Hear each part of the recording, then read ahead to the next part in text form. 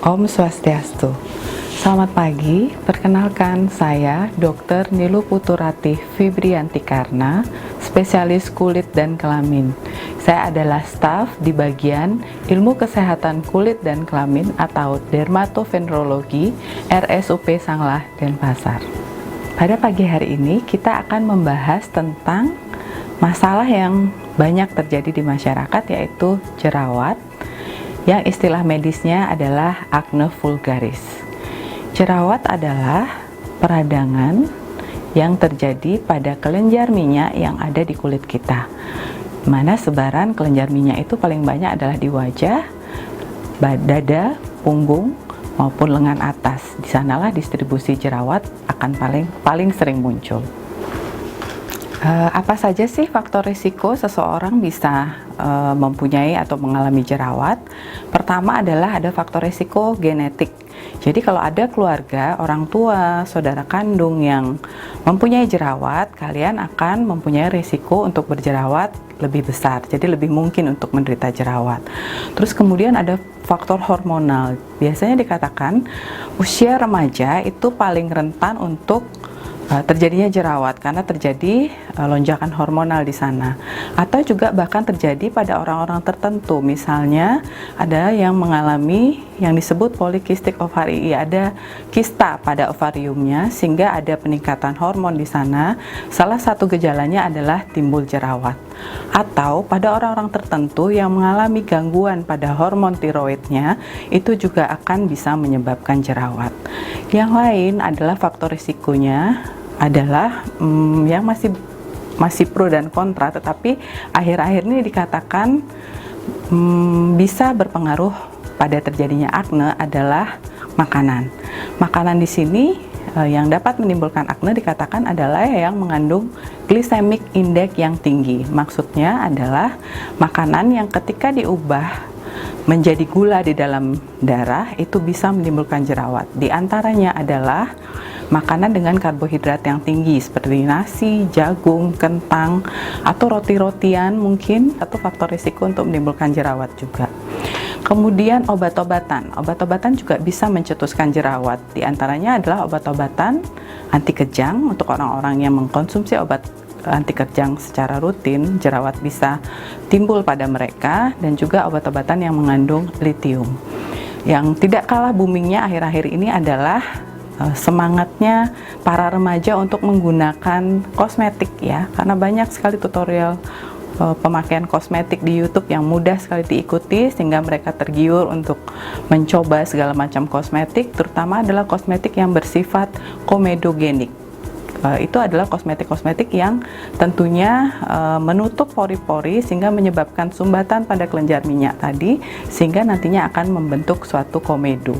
Atau yang berikutnya adalah faktor risiko yang lain adalah kebiasaan merokok juga bisa menimbulkan suatu acne vulgaris. Perjalanan terjadinya suatu jerawat atau patogenesis dari jerawat tersebut adalah produksi minyak yang berlebihan. Pada orang-orang tertentu memang dia berbakat untuk kulitnya sangat berminyak ya.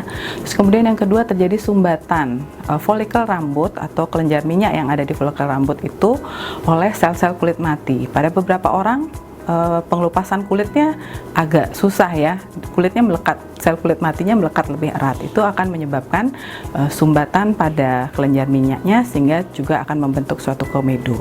Berikutnya adalah adanya perkembangan dari bakteri yang ada di sana, yaitu bakteri Propionibacterium acnes atau yang disingkat dengan P. acnes, dan yang terakhir adalah peradangan. Jadi adanya komedo itu adanya bakteri akan memanggil sel-sel inflamasi ke sana, sel-sel peradangan ke sana, sehingga timbullah jerawat yang lebih besar yang kita kenal dengan tipe yang papulopustular ataupun yang nodulokistik. Untuk jenis-jenis dari jerawat, pertama ada yang tipe komedonal namanya. Jadi sebagian besar itu adalah lesinya berbentuk komedo. Kalian udah tahu ya komedo ya, ada yang komedo yang tertutup atau yang disebut blackhead atau yang terlihat bintik-bintik hitam pada wajahnya, dan komedo terbuka yang berupa bintik-bintik putih pada wajah. Kemudian yang kedua adalah yang tipe papulopustular. Itu biasanya ada timbul bintik-bintik bernanah lebih banyak di daerah yang berjerawat tersebut. Yang ketiga adalah tipe nodulokistik. Jadi ada bentolan-bentolan yang lebih besar, kadang-kadang ada keluar cairan yang berupa nanah dari sana. Jadi ada beberapa tipe dari akne vulgaris atau jerawat ini. Pertama adalah tipenya komedonal. Jadi lesi utamanya adalah komedo ya. Jadi ada yang dua macam ya, komedo yang terbuka dan juga komedo yang tertutup. Yang terbuka namanya blackhead, atau kita bisa lihat ada bintik-bintik hitam di wajahnya. Dan juga yang kedua adalah komedo yang tertutup berupa bintik-bintik putih pada wajah. Tipe yang kedua adalah tipe papulopustular. Papulopustular biasanya akan tampak sebagai papul atau bintik-bintik bernanah di area yang berjerawat tersebut. Yang ketiga adalah tipenya yang nodulokistik. Nodulokistik biasanya ada bentol-bentol yang lebih besar, kadang-kadang ada keluar nanah dari tempat tersebut. Pertanyaan berikutnya, apakah akne perlu untuk diobatin? Jadi jawabannya adalah perlu. Kenapa? Untuk mengurangi akne yang saat ini terjadi atau jerawat yang sekarang supaya nggak mengenai kulit yang lebih luas lagi. Terus yang kedua, tujuan pengobatan akne adalah untuk mencegah terjadinya yang disebut jaringan parut akne atau skar akne yang berupa timbulnya lubang-lubang pada kulit karena lesi akne yang meradang. Ya, kemudian bisa timbul kehitaman, bercak-bercak kehitaman karena akne yang sudah menyembuh. Jadi itu yang kita hindari. Selain itu, akne menimbulkan stres pada beberapa orang yang mengalaminya. Pada beberapa orang mungkin ada rasa hilang percaya diri, rasa putus asa ketika mereka mengalami jerawat atau akne vulgaris ini. Untuk pengobatan jerawat, ada pertanyaan, boleh nggak diobatin sendiri? Boleh, karena ada beberapa obat yang memang dijual secara bebas di apotek-apotek ya. Tetapi kapan kita harus ke dokter adalah ketika pengobatan awal tersebut tidak memberikan perbaikan atau terjadi jerawatnya bertambah parah dari sebelumnya. Nah, ketika kalian ke dokter untuk berkonsultasi, apa saja sih yang akan dilakukan dokter? Pertama, mereka akan mengevaluasi kondisi kamu saat ini. Kemudian yang kedua, pengobatannya biasanya akan terdiri dari satu, obat-obat yang dioleskan, dua, obat minum bila diperlukan. Kemudian yang ketiga tentunya adalah berupa tindakan-tindakan, yaitu salah satunya adalah yang disebut dengan chemical peeling. Nah, kita akan menjelaskan ke sesi chemical peeling. Biasanya chemical peeling dilakukan oleh orang yang memang sudah ahli di bidangnya. Jadi, kalau di Rumah Sakit Sanglah dilakukan oleh dokter spesialis kulit dan kelamin. Pada saat kalian melakukan chemical peeling, biasanya dokter akan menyesuaikan dulu kulitnya dengan menggunakan krim jerawat selama 2 minggu, dan setelah 2 minggu dilakukan suatu chemical peeling. Chemical peeling adalah suatu tindakan yang dilakukan dengan mengoleskan suatu asam salisilat atau asam vitamin A ke kulit kita yang bertujuan untuk satu, mengeringkan jerawatnya, yang kedua untuk mengelupaskan sel-sel kulit mati yang memang susah terangkat, yang menyumbat kelenjar minyak tadi. Chemical peeling ini kalau kondisi jerawatnya parah, dokter akan menyarankan Anda untuk datang dalam 2 minggu ya, setiap 2 minggu sekali. Tetapi kalau kondisinya sudah baik, itu bisa dilakukan setiap 1 bulan sekali. Bahkan ketika jerawatnya sudah baik, kalau mau chemical peeling boleh 1 atau 2 bulan sekali bisa dilakukan. Kemudian yang penting lagi adalah boleh nggak memencet jerawat? Kalau jerawat dipencet itu harus dilakukan oleh tenaga yang profesional. Kenapa? Karena kalau pemencetan jerawat sendiri akan bisa menimbulkan peradangan yang lebih dalam, terus kemudian yang kedua akan menimbulkan resiko untuk terjadinya jaringan parut itu lebih besar. Nah, kalau dokter akan melakukan ekstraksi komedo atau pemecatan komedo itu adalah untuk komedo-komedo yang terbuka, yang bila dibiarkan dia akan menimbulkan peradangan, tapi itu dengan suatu teknik tertentu, teknik yang harus sepsis aseptik, kemudian dengan teknik tertentu sesuai dengan arah dari kelenjar sebasianya sehingga mengurangi resiko untuk terjadinya skar akne atau jaringan parut akne. Oke, untuk pengobatan jerawat tadi masih ketinggalan ya. Kadang-kadang remaja itu menginginkan hasil yang instan dan cepat. Tapi di sini saya perlu sampaikan pengobatan jerawat itu memerlukan waktu. Ya, dalam perawatan pasien-pasien kami biasanya perbaikan terjadi dalam 3 sampai 6 bulan perawatan. Meskipun pada beberapa orang yang memang disiplin dan jerawatnya tidak terlalu parah, itu bisa terjadi perbaikan dalam 1 atau 2 bulan pengobatan. Kemudian ada beberapa tips yang bisa dilakukan untuk mempercepat timbulnya jerawat atau bahkan juga mencegah timbulnya jerawat. 1, harus membersihkan wajah terutama malam sebelum tidur ya. Mencuci wajah juga tidak boleh terlalu sering karena mencuci wajah terlalu sering itu juga akan mencetuskan jerawat. Mencuci wajah yang optimal adalah maksimal itu 3 kali sehari. Kemudian yang kedua adalah tidak memakai make up yang komedogenik yang terlalu menutup pori-pori.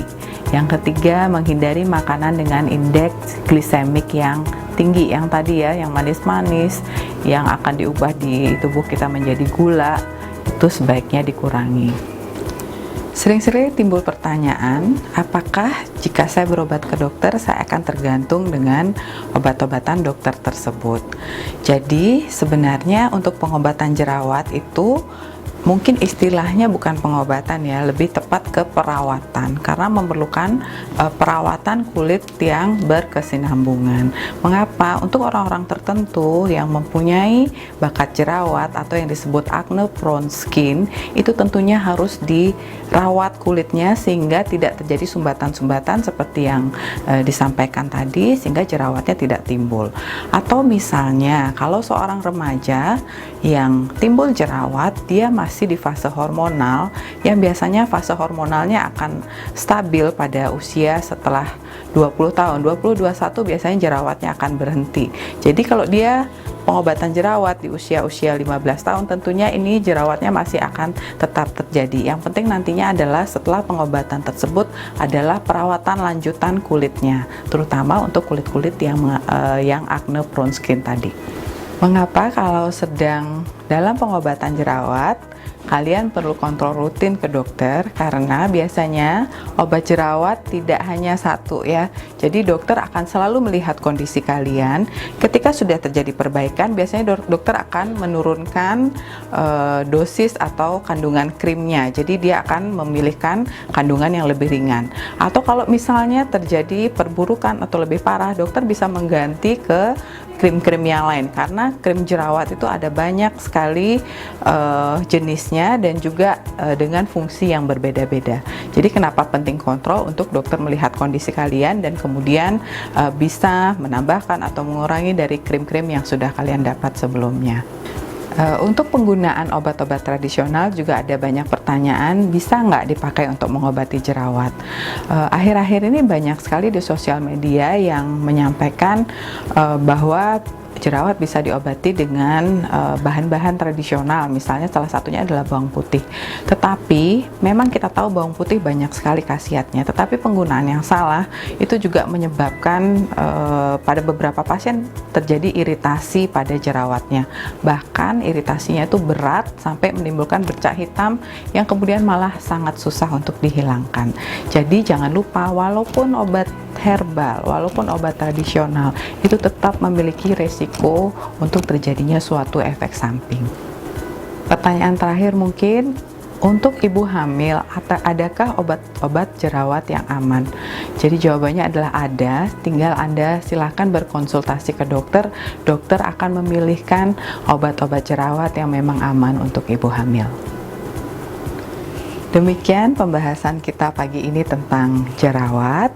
Jika masih ada pertanyaan, silahkan datang ke Poli Dermato Kosmetik Wing Amerta, Rumah Sakit Umum Pusat Sanglah Denpasar dari hari Senin sampai Jumat jam 8 hingga jam 4 sore ada 12 dokter spesialis kulit dan kelamin yang akan melayani Anda di sana. Om Santi Santi Santi Om.